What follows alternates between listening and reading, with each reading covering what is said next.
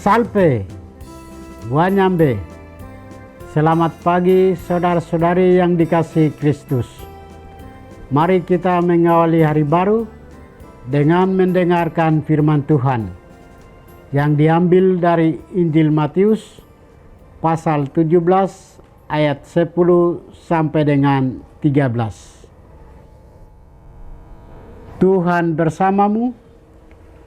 Inilah Injil suci menurut Matius.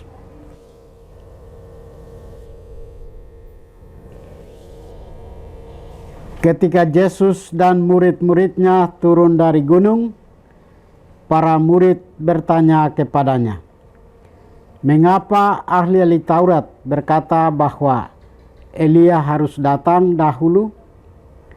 Yesus menjawab, "Memang Elia akan datang dan memulihkan segala sesuatu. Dan aku berkata kepadamu, Elia sudah datang, tetapi orang tidak mengenal dia dan memperlakukannya menurut kehendak mereka. Demikian pula Anak Manusia akan menderita seperti mereka."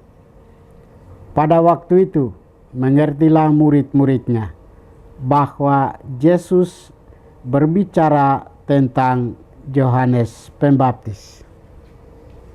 Demikianlah sabda Tuhan. Saudara-saudari yang dikasihi Kristus, tema kita hari ini adalah membutuhkan kepekaan untuk mengenal.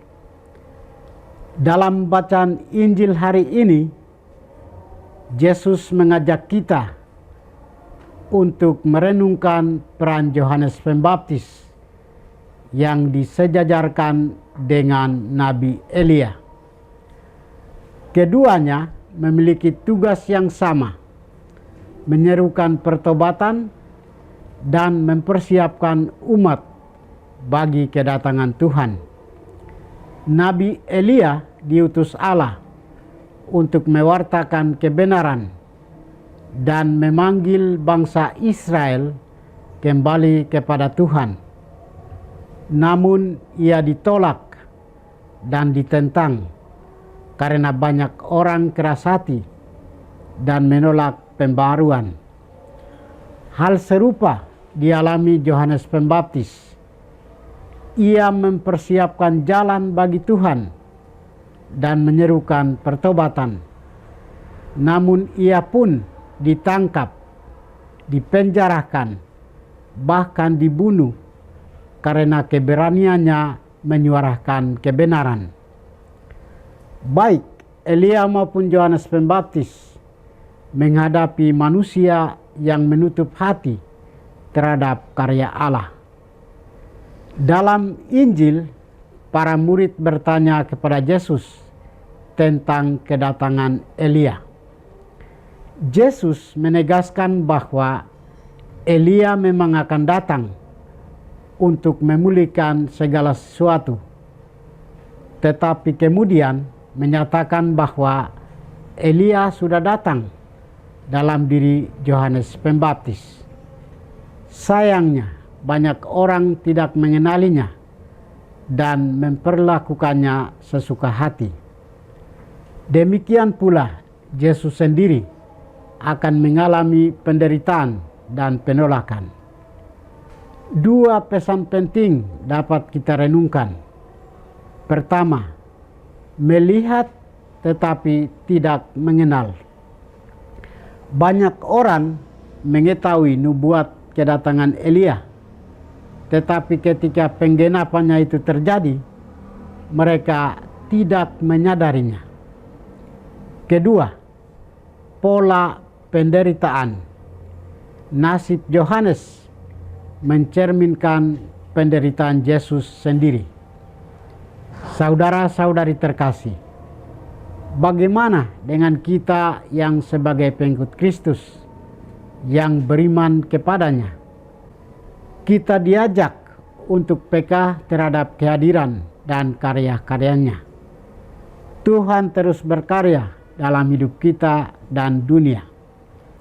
Seringkali dia berkarya melalui hal-hal yang tidak spektakuler, melalui orang-orang biasa, atau melalui nasihat dan teguran dari sesama.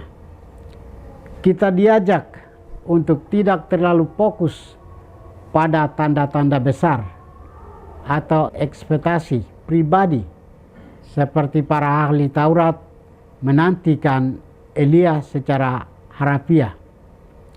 Sebagai orang beriman yang sudah dibaptis, kita diajak untuk mengenali utusannya.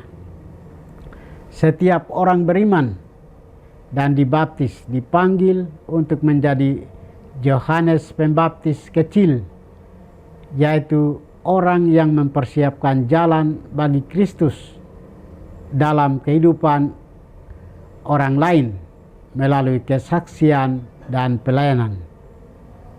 Mari kita memohon agar Tuhan memberikan kita hati yang terbuka dan peka.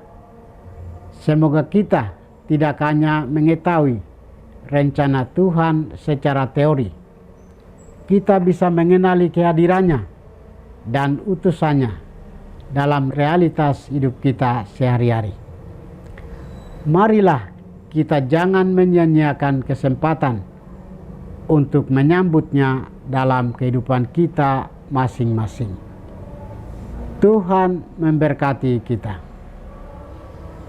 Marilah kita berdoa. Tuhan, pagi ini kami kembali naikkan puji dan syukur kepadamu.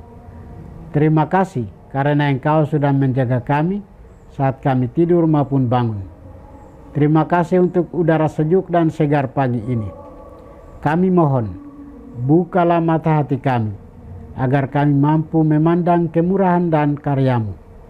Rahmatilah kami dengan kuasa Roh-Mu, agar kami mampu untuk bertobat dan memuji serta memuliakan-Mu melalui pekerjaan dan pelayanan kami hari ini.